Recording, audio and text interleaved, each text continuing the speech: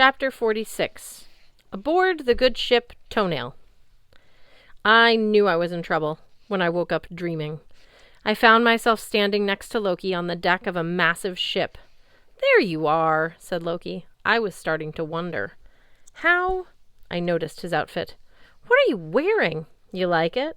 His scarred lips twisted into a grin. His white admiral's jacket gleamed with medals, but Loki wasn't exactly wearing it regulation style.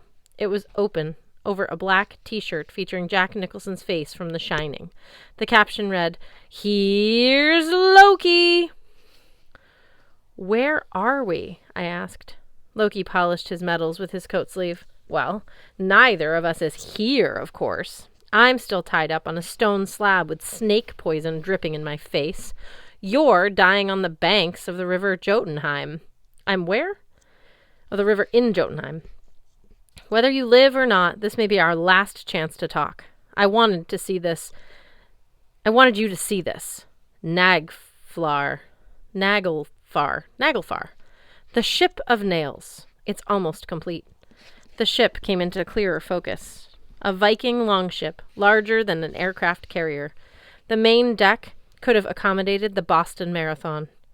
Giant shields lined the railings. Fore and aft rose 30-foot-tall figureheads shaped like snarling wolves. Naturally, they had to be wolves. I peered over the side between two shields. 100 feet down, braided iron cables moored the ship to a dock. The gray sea churned with ice. I ran my hand along the railing. The surface was bumpy and prickly, enameled with white and gray ridges like fish scales or pearl shavings. At first glance, I'd assumed the deck was made of steel, but now I realized the whole ship was constructed of this weird, translucent material.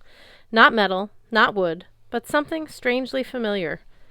"What is this?" I asked Loki. "I don't see any wood or nails. Why is it called the Ship of Nails?" Loki chuckled. "Not carpentry nails, Magnus. Naglfar made from the fingernails and toenails of dead men." The deck seemed to pitch beneath me. I wasn't sure if it was possible to puke in a dream, but I was tempted. It wasn't just the obvious grossness of standing on a ship made of nail clippings that made me nauseated. It was the sheer volume of the material.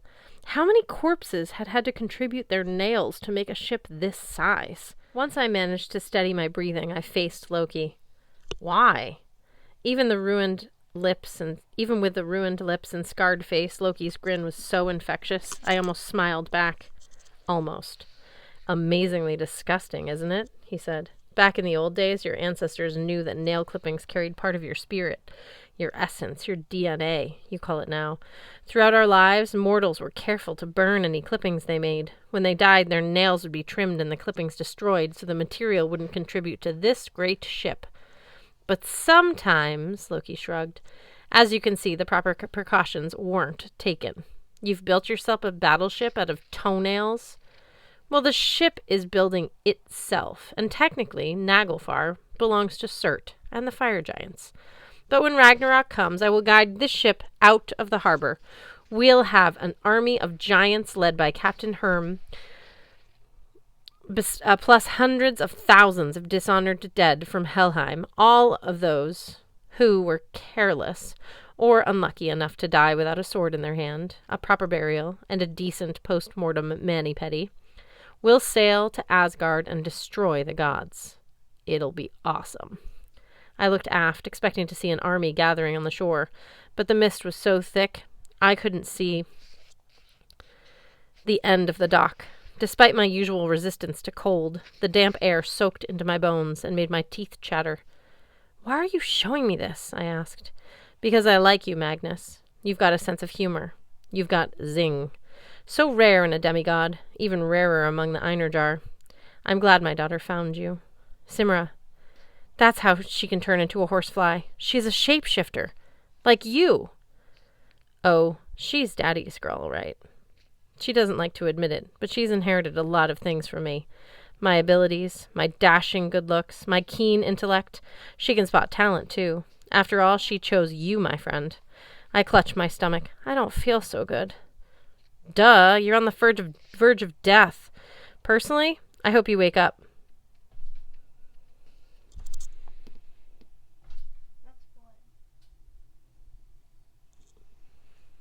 Because if you kick the bucket now, your death will be meaningless, and nothing you've done will matter.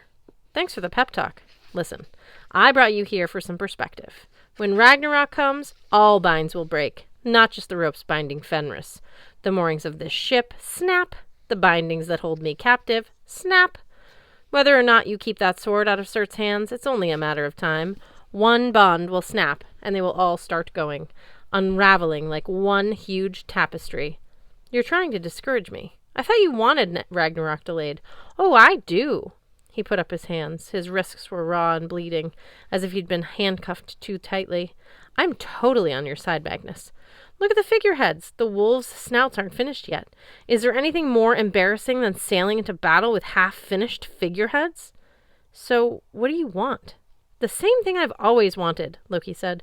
To help you fight your fate. Which of the gods besides me has bothered to speak to you as a friend and an equal? His eyes were like Sam's, bright and intense, the color of burning. But there was something harder and more calculating about Loki's gaze, something that didn't jibe with his friendly smile. I remembered how Sam had described him, a liar, a thief, a murderer. We're friends now? I asked. Equals? We could be, he said. In fact, I have an idea. Forget going to Fenris's island. Forget facing Surt. I know a place where the sword will be safe. With you? Loki laughed. Don't tempt me, kid, no. I was thinking about your Uncle Randolph. He understands the value of the sword. He spent his life looking for it, preparing to study it. You might know it, but his house is heavily... You might not know it, but his house is heavily fortified with magic. If you took the sword to him, well, the old man can't use it himself, but he would store it away. It would be out of Surt's hands. And that's what matters, eh? It would buy us some time. I wanted to laugh in Loki's face and tell him no. I figured he was trying to trick me, yet I couldn't see his angle. You think it's a trap, Loki said. I get that. But you must have wondered why Mimir told you to take the blade to the Wolf's Island, the very place where Surt wants to use it. What's the sense in that? What if Mimir's playing you? I mean, come on. That old severed head runs a pachinko racket. If you don't bring the sword to the island, Surt will be able to get his hands on it. Why take the risk? I struggled to clear my thoughts. You're a smooth talker. You'd make a good used car salesman, Loki winked. I think the term is pre-owned. You've got to make a choice, Magnus. We may not be able to speak again. If you want a gesture of good faith, however, I can sweeten the deal. My daughter Hel and I, we've been talking. My heart jackknifed. Talking about... I'll let her tell you. But now, he tilted his head listening. Yes, we don't have much time. You might be waking up. Why were you bound? The question forced itself out before I realized that I was thinking it. I remember you killed somebody. His smile hardened. The angry lines around his eyes made him look 10 years older. You know how to ruin a conversation, Loki said. I killed Balder, the god of light. The handsome, perfect, incredibly annoying son of Odin and Frigg. He stepped toward me and poked my chest, emphasizing each word. And I'd do it again. In the back of my brain, my common sense yelled, Drop it! But as you probably figured by now, I didn't listen to my common sense much. Why did you kill him? Loki barked a laugh. His breath smelled of almonds, like cyanide. Did I mention he was annoying? Frigg was so worried about him. The poor baby had been having bad dreams about his own doom. Welcome to reality, Balder. We all have bad dreams. But Frigg couldn't stand the idea that her precious angel might bruise his little foot. She exacted promises from everything in creation that nothing would hurt her beautiful son, people, gods, trees, rocks.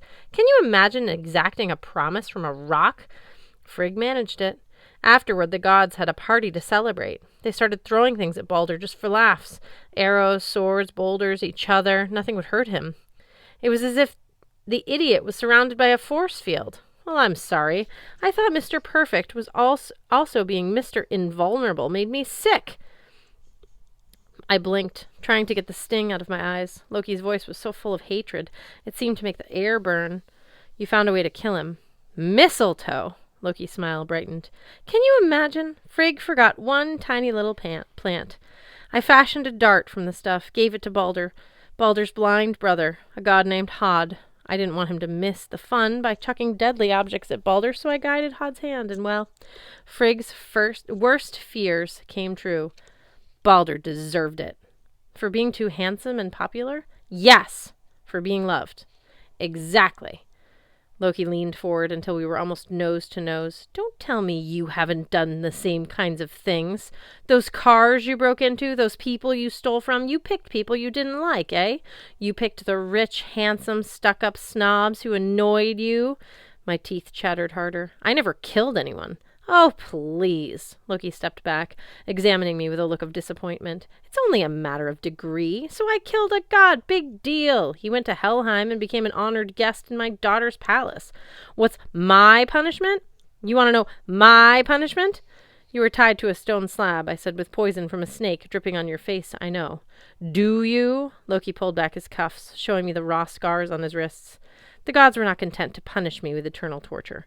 They took out their wrath upon my two favorite sons, Vali and Narvi. They turned Vali into a wolf and watched with amusement as he disemboweled his brother Narvi. Then they shot and gutted the wolf. The gods took my innocent son's own entrails. Loki's voice cracked with grief. Well, Magnus Chase, let's just say I was not bound with ropes. Something in my chest curled up and died, possibly the hope that there was any kind of justice in this universe. Gods! Loki nodded. Yes, Magnus. The gods. Think about that when you meet Thor. I'm meeting Thor? I'm afraid so.